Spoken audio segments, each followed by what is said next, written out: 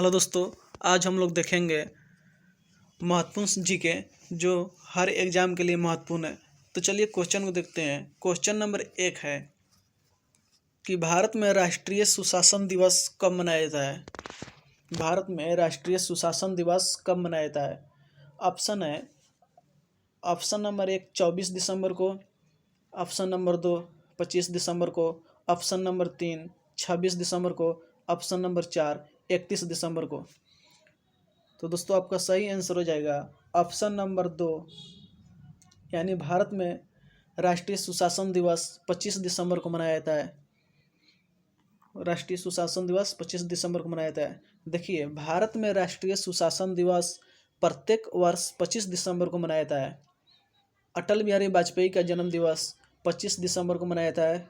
राष्ट्रीय विधि दिवस 26 नवंबर को मनाया जाता है। राष्ट्रीय उपभोक्ता दिवस 24 दिसंबर को मनाया जाता है और CRPF की स्थापना दिवस 26 दिसंबर को मनाया जाता है।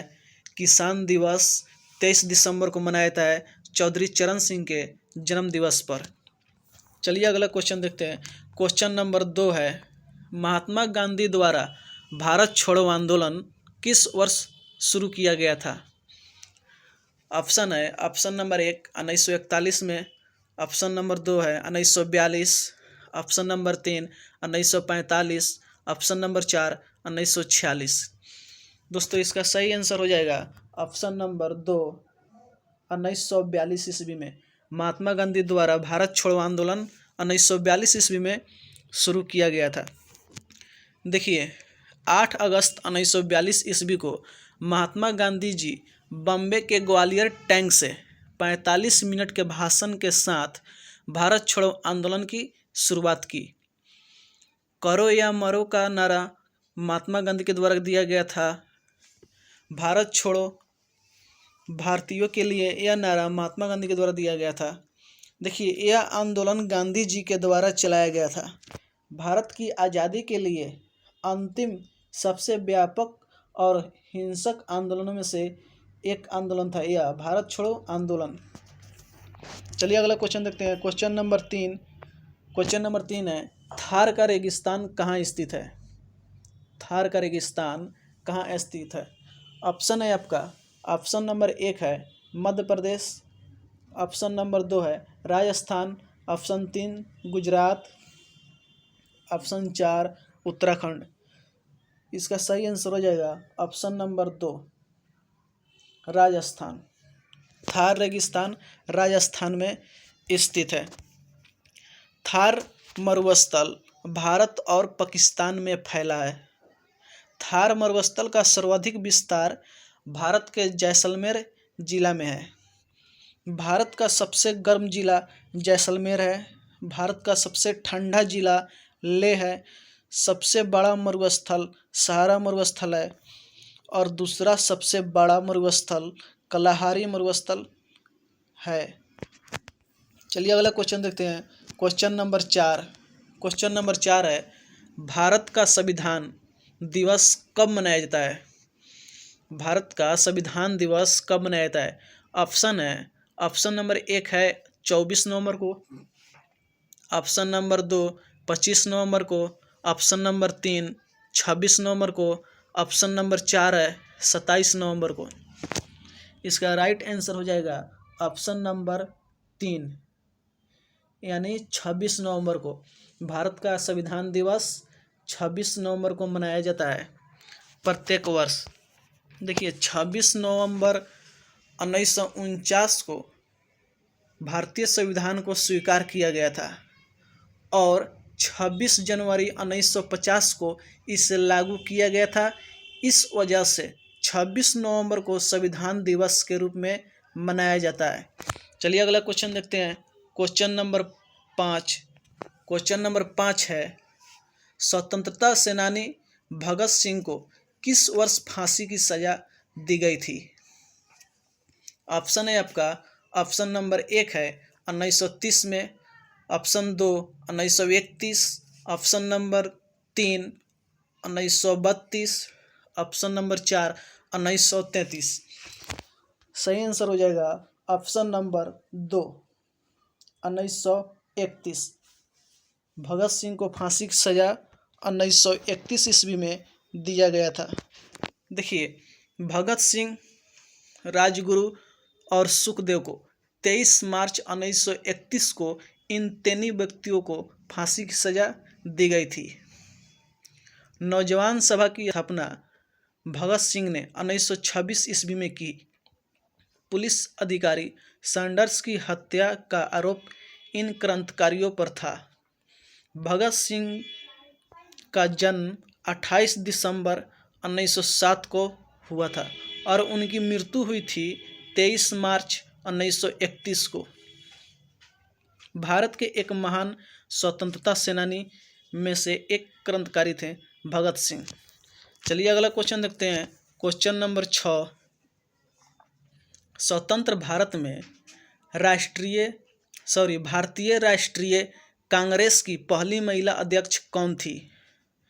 ऑप्शन है आपका, option number 1 Sonia Gandhi, option number 2 Indira Gandhi, option number 3 Ambika Soni, option number 4 Sarojini Naidu. आपका सही आंसर हो जाएगा ऑप्शन नंबर 2 इंदिरा गांधी। स्वतंत्र भारत में भारतीय राष्ट्रीय कांग्रेस की पहली महिला अध्यक्ष थी इंदिरा गांधी। स्वतंत्रता के पहले सबसे अधिक बार कांग्रेस का अध्यक्ष बनने वाला व्यक्ति पंडित जवाहरलाल नेहरू थे, जो लगातार 4 बार कांग्रेस की अध्यक्षता की।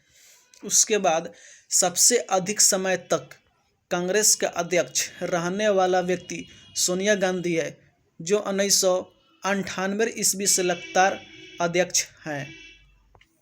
देखिए, सरोजिनी नायडू भारत की प्रथम महिला थी जो 1925 ईस्वी के कानपुर कांग्रेस की अध्यक्षता की। एनी बेसेंट प्रथम महिला जो 1917 ईस्वी में मद्रास कांग्रेस की अध्यक्षता की। चलिए अगला क्वेश्चन देखते हैं। Question number 7। क्वेश्चन नंबर 7 है, 1 रुपए के नोट पर किसके हस्ताक्षर होते हैं? 1 रुपए के नोट पर किसके हस्ताक्षर होते हैं? ऑप्शन है आपका, ऑप्शन नंबर 1 भारतीय रिजर्व बैंक का, ऑप्शन नंबर 2 भारतीय रिजर्व बैंक के डिप्टी गवर्नर का, ऑप्शन नंबर 3 है केंद्रीय वित्त मंत्री का, ऑप्शन नंबर 4 है केंद्रीय वित्त सचिव का। सही आंसर हो जाएगा ऑप्शन नंबर 4 केंद्रीय वित्त सचिव का।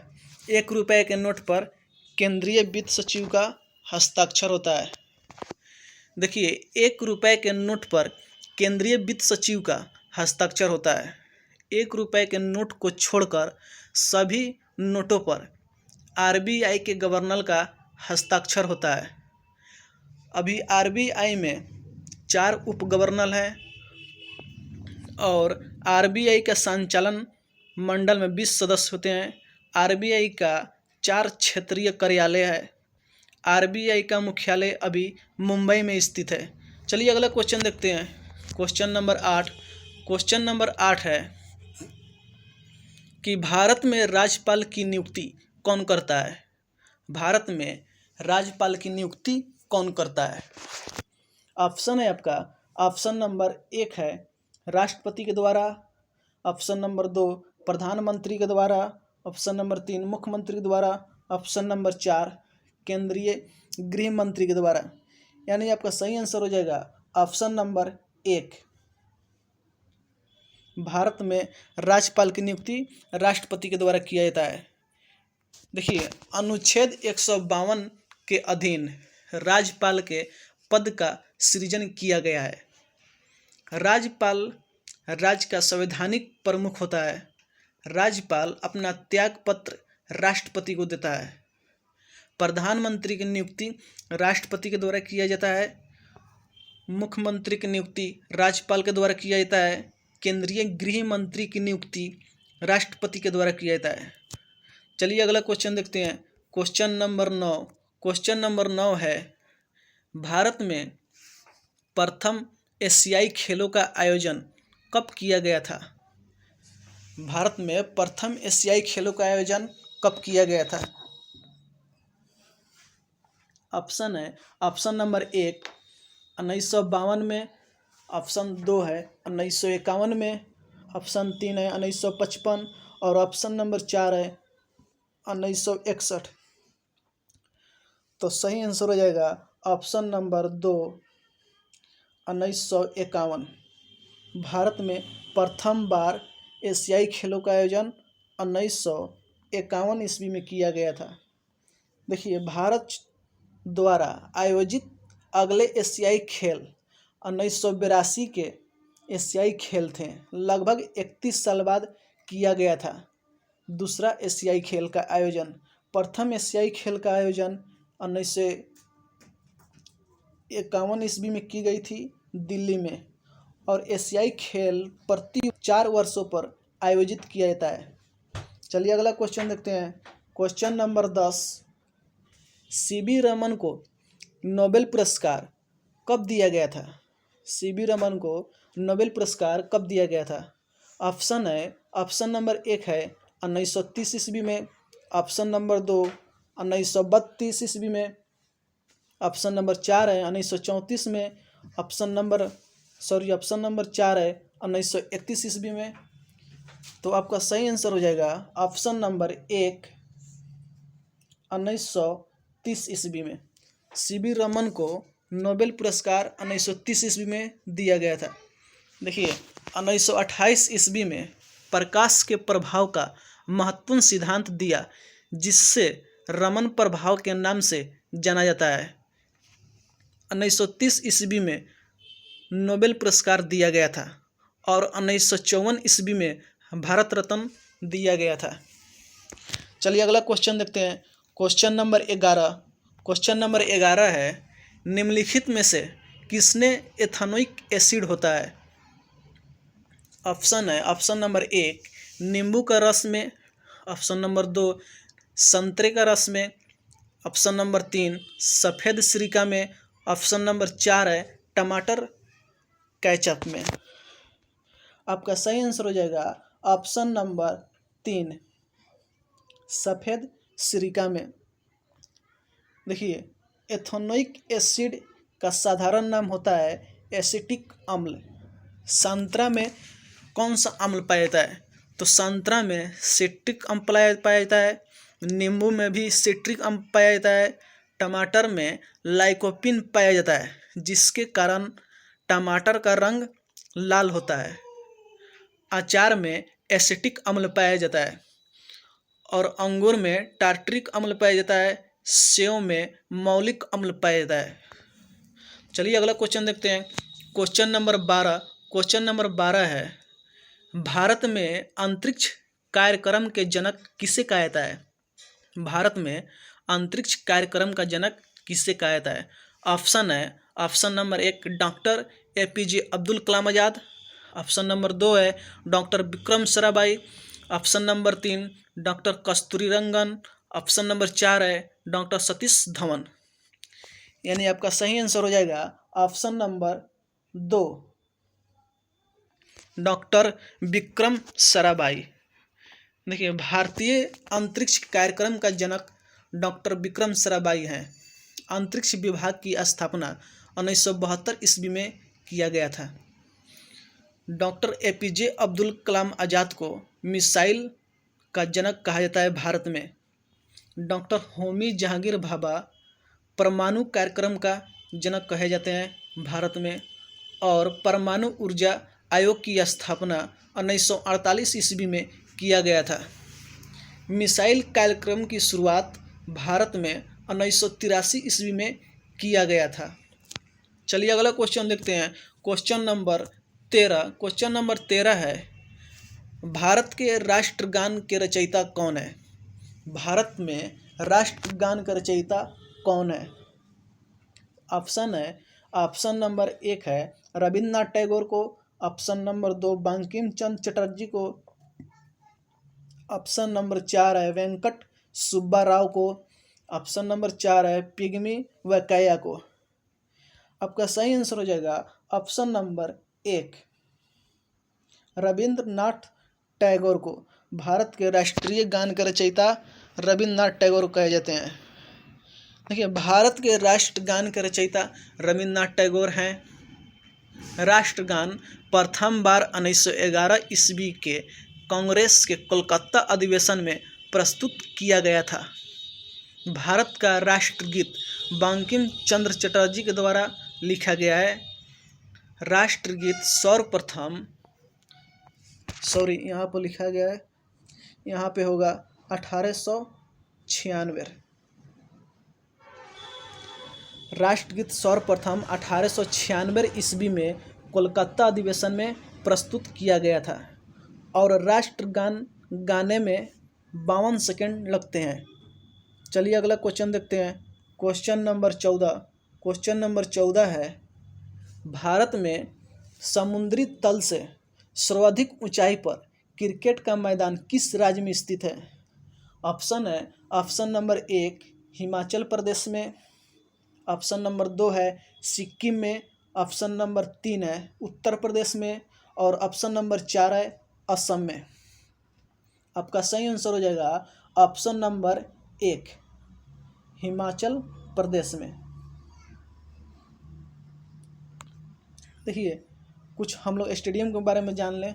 देखिए वानखेड़ स्टेडियम मुंबई में है, ईडन गार्डन कोलकाता में है, किनन स्टेडियम जमशेदपुर में है, ब्रेबॉर्न स्टेडियम मुंबई में है, ग्रीन पार्क स्टेडियम कानपुर में है, बाराबती स्टेडियम कटक में है, फिरोज शाह कोटला स्टेडियम दिल्ली में है, चिन्ना स्वामी स्टेडियम चेन्नई में है। चलिए अगला क्वेश्चन को देखते हैं। क्वेश्चन नंबर 15 है, नोबेल पुरस्कार से सम्मानित हुए पहले भारतीय कौन थे? ऑप्शन है आपका option number 1 Rabindranath Tagore, option number 2 है Mahatma Gandhi, option number 3 C V Raman, option number 4 Mother Teresa. देखिए आपका सही आंसर हो जाएगा ऑप्शन नंबर 1 नोबेल पुरस्कार से सम्मानित पहले भारतीय रविन्द्रनाथ टैगोर थे। नोबेल पुरस्कार से सम्मानित हुए पहले व्यक्ति भारतीय रविन्द्रनाथ टैगोर हैं। रविन्द्रनाथ टैगोर को 1913 ईस्वी में साहित्य का नोबेल पुरस्कार दिया गया था। गीतांजलि पुस्तक के लिए इन्हें नोबेल पुरस्कार दिया गया था। साहित्य नोबेल पुरस्कार पाने वाले प्रथम एशियाई व्यक्ति रविन्द्रनाथ टैगोर थे। शांति निकेतन की स्थापना रविन्द्रनाथ टैगोर के द्वारा किया गया था। 1905 ईस्वी के स्वदेशी आंदोलन का नेतृत्व रविन्द्रनाथ टैगोर के द्वारा किया गया था बंगाल में। चलिए अगला क्वेश्चन देखते हैं। क्वेश्चन नंबर 16 है, मृगालिनी साराभाई किस कला से जुड़ी हुई थी? ऑप्शन है आपका option number 1 Bharatanatyam, option number 2 Kathakali, option number 3 है कथक, ऑप्शन नंबर 4 है कुचिपुड़ी। आपका सही आंसर हो जाएगा इसका ऑप्शन नंबर 1 भारतनाट्यम से संबंधित थी। देखिए कुछ लोक नृत्य के बारे में हम लोग जानेंगे। देखिए भारतनाट्यम किस राज्य से संबंधित है? तो तमिलनाडु से। भारतनाट्यम तमिलनाडु से संबंधित है। कथकली केरल से संबंधित है। कर्नाटक से यक्षगान संबंधित है और कथक उत्तर भारत से संबंधित है। उड़ीसा से संबंधित है। कुचिपुड़ी आंध्र प्रदेश से संबंधित है। मणिपुरी मणिपुर से संबंधित है। चलिए अगला क्वेश्चन देखते हैं। क्वेश्चन नंबर 17 है, रॉलेट एक्ट कब पारित किया गया था? रॉलेट एक्ट कब पारित किया गया था? ऑप्शन है ऑप्शन नंबर 1 1919 ईस्वी में, ऑप्शन नंबर 2 1923 ईस्वी में, ऑप्शन नंबर 3 है 1921 ईस्वी में, ऑप्शन नंबर 4 है 1918 ईस्वी में। यानी आपका सही आंसर हो जाएगा ऑप्शन नंबर 1 1919 ईस्वी में। रॉलेट एक्ट 1919 ईस्वी में लागू किया गया था। रॉलेट एक्ट को वर्ष 1919 ईस्वी में पारित किया गया था। लॉर्ड चेम्सफोर्ड के शासनकाल में रॉलेट एक्ट 19 मार्च 1919 को पारित हुआ था। इस एक्ट के अनुसार किसी संदेहास्पद व्यक्ति को बिना मुकदमे चलाए गिरफ्तार किया जा सकता था। 19 अक्टूबर 1919 ईस्वी को समूचे देश में खिलाफत दिवस मनाया गया। लॉर्ड चेम्सफोर्ड के शासनकाल में कांग्रेस लखनऊ अधिवेशन 1916 ईस्वी में हुआ था। कांग्रेस का लखनऊ अधिवेशन 1916 ईस्वी में हुआ था। चलिए अगला क्वेश्चन देखते हैं। Question number 18। क्वेश्चन नंबर 18 है, भारतीय संसद का उच्च सदन किसे कहा जाता है? भारतीय संसद का उच्च सदन किसे कहा जाता है?